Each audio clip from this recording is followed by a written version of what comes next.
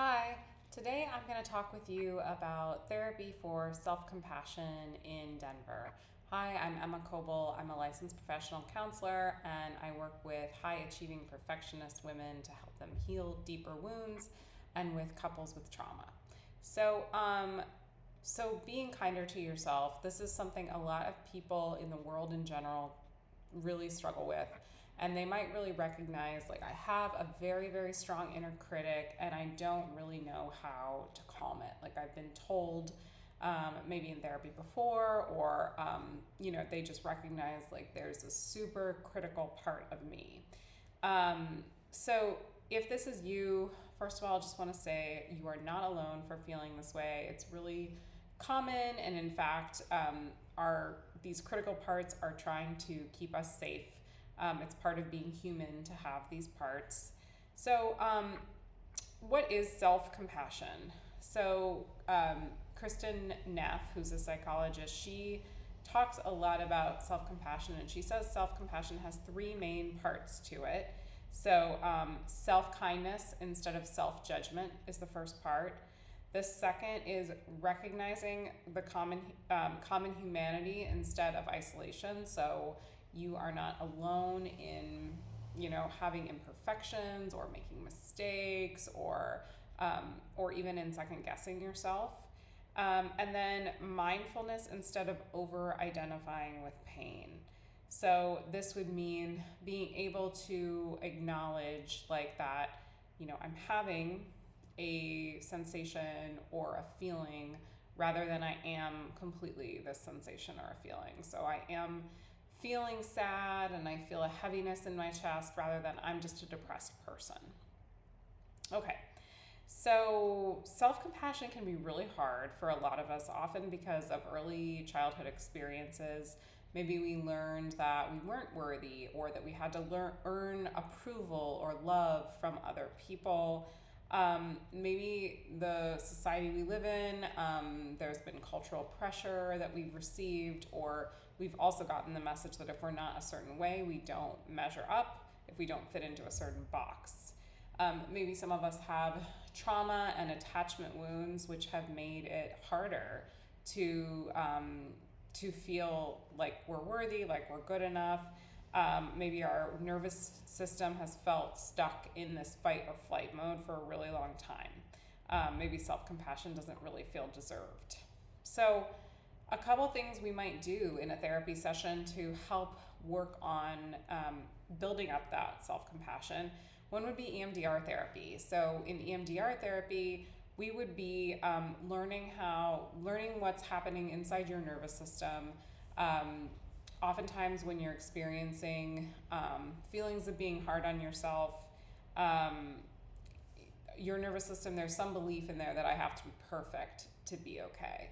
So when we go back and we reprocess old wounds and old trauma, we can heal that belief. And your body can learn, I don't need to be perfect, I'm lovable, just as I am. With internal family systems therapy, we would be working on not trying to make that inner critic part go away, but really working with it to understand why it's here, how long it's been here, what it's protecting you from, and actually befriending it and helping it feel safe so that it can eventually maybe feel safe enough to relax back. With the feminist lens as well, which myself and my clients, hold this lens as well. Recognizing that women in particular and marginalized groups are also carrying a weight of internalized oppression.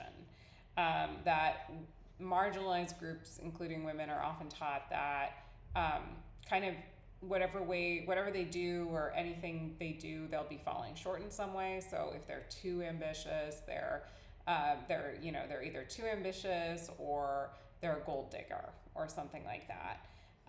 Or they're shallow and too focused on their appearance, or they're homely and unattractive.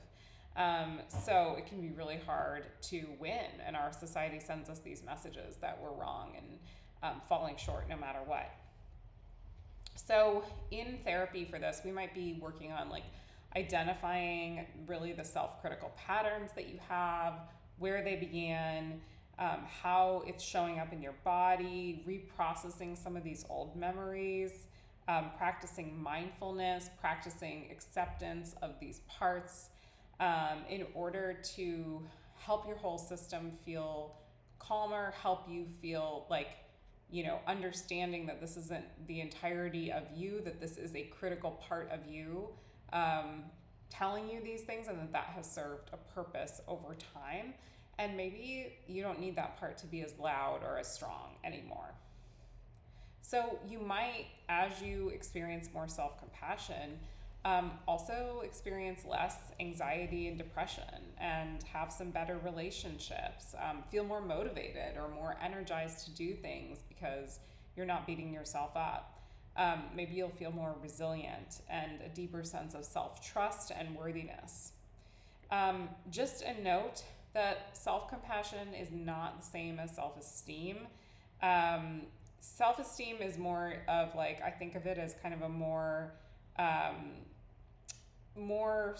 in some ways, like more about how good you feel about how you are.